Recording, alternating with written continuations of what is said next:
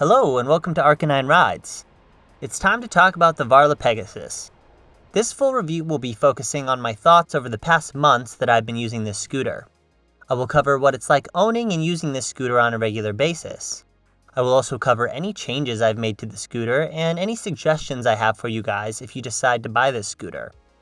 If you want a closer look at every feature and a more thorough look at parts and performance, then I would direct you to the first impressions video, the range test, and the comparison video comparing this scooter to the Cabo Mantis 8.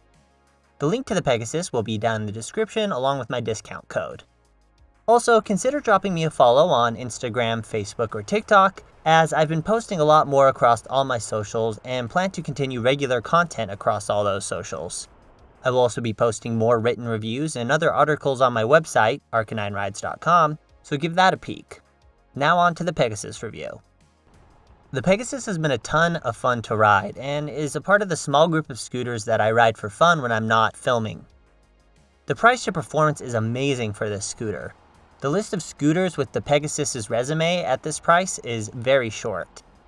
For $1,000, this scooter has so much to offer most riders, with dual motors, snappy acceleration, a top speed of 33 miles an hour, a range of almost 16 miles on max speed settings, overall high quality build, good dimensions, reasonable folded size and weight, solid tires, decent suspension, bright front and rear lights, and a colorful, pleasing design.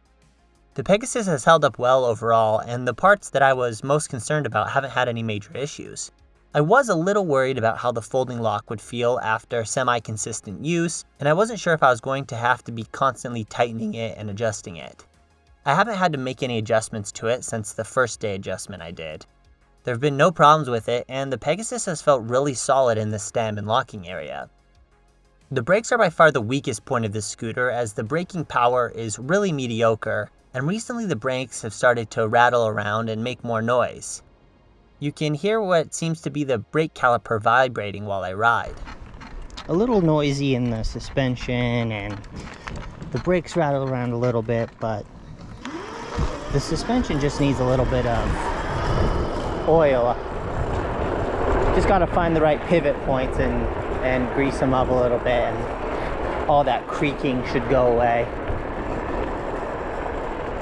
I don't know if you can hear it, but you can kind of hear that rattling around of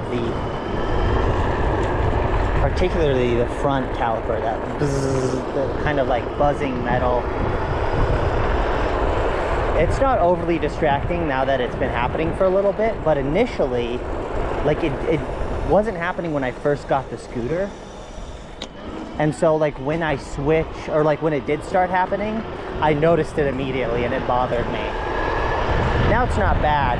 I believe it's just like the metal cap on the brake line is just rattling in the like housing for it. I don't know. I'll show you what I mean on a close-up.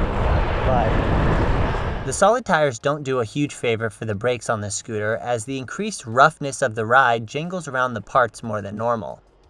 It'll be interesting to see how the folding lock and brakes hold up to more use over time, and how much of an effect having solid tires has on the long-term quality, but for now I've had no major issues.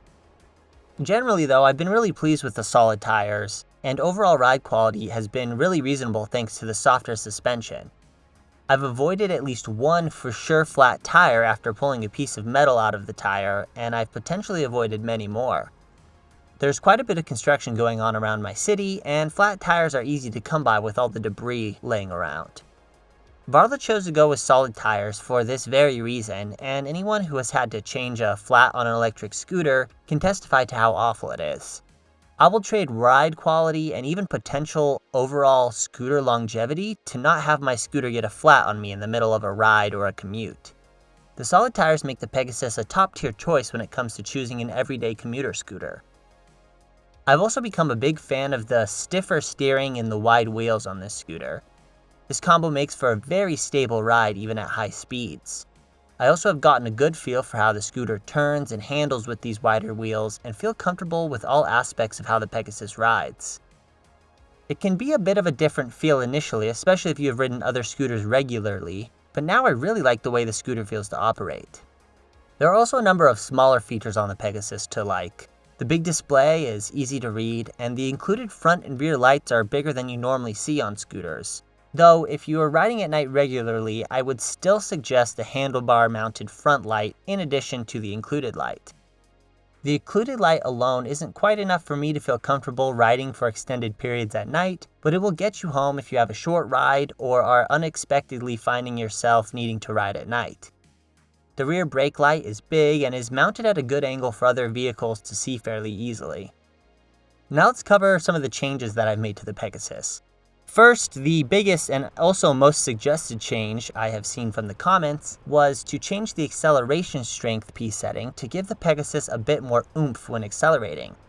I have kept the Pegasus as stock as possible for most of the time, using it to be able to assess it in its out-of-the-box settings, but I definitely wanted to mess with the P settings a bit to see what the scooter is capable of. Okay, so I'm gonna play around with some of the P settings here. The one that most interests me is this one, the P12 Pedal Assist setting start strength. I'm actually curious what that is set to. I'm gonna mess with this and see if it makes the scooter a bit zippier from 0. Okay, so it's set to 1. So what if I just crank it all the way up to 5? Let's try that. And then I'll be able to really tell if there's a difference, if this is adjusting anything, or if I'm just going to damage the scooter. Okay, here's with the new P settings, Pedal Assist 3. Let's see if I feel any difference here. Oh yeah, much better.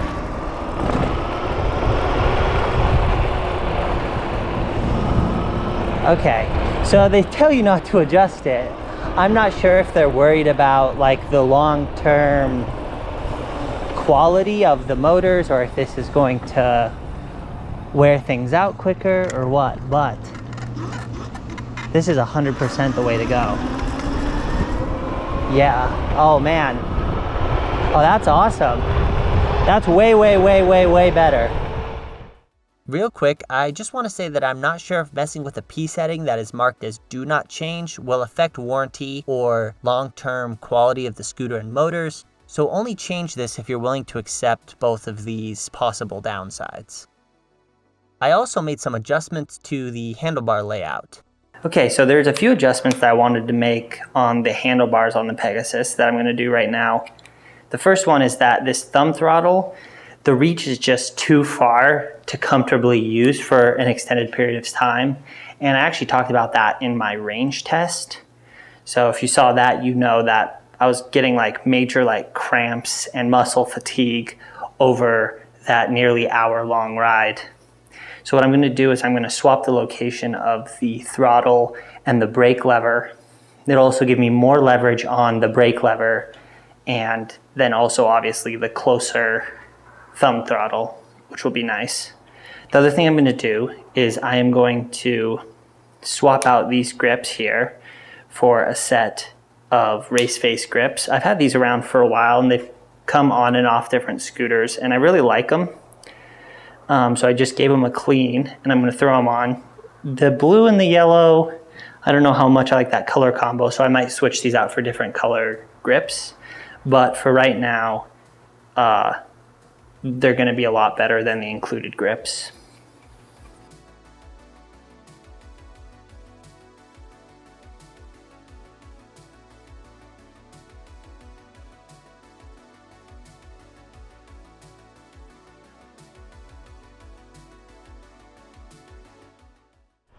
Overall, the scooter feels so solid, and with the acceleration upgrade, like it feels even that much funner. It just overall feels like it's just such a great overall scooter for zipping around town.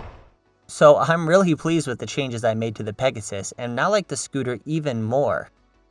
If you couldn't tell, I am a big fan of this scooter and have not been able to find any major faults with it during my testing.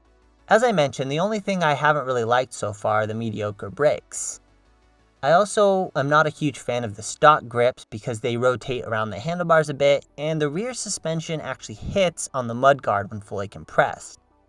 The price makes it really easy to overlook these small things, to be fair. The bang for the buck is top tier, and you should really consider picking up this scooter or a Cabo Mantis 8, as they're the only two scooters that I've tried that offer so much for such a great price. The Pegasus seems like an amazing choice, particularly for commuters, as the scooter is very low maintenance and low stress thanks to the solid tires and quick folding lock. Just be wary of its 66-pound weight if you're needing to carry it around a lot. So, that's my overall take on the Pegasus, an amazing value scooter with very few negative traits. You can grab one down at the link below and use my discount code for $50 off. If you have any other questions, you can leave a comment or you can hit me up at arcanineRides.com/contact. Get subscribed for more electric scooter content, and I'll see you in the next one.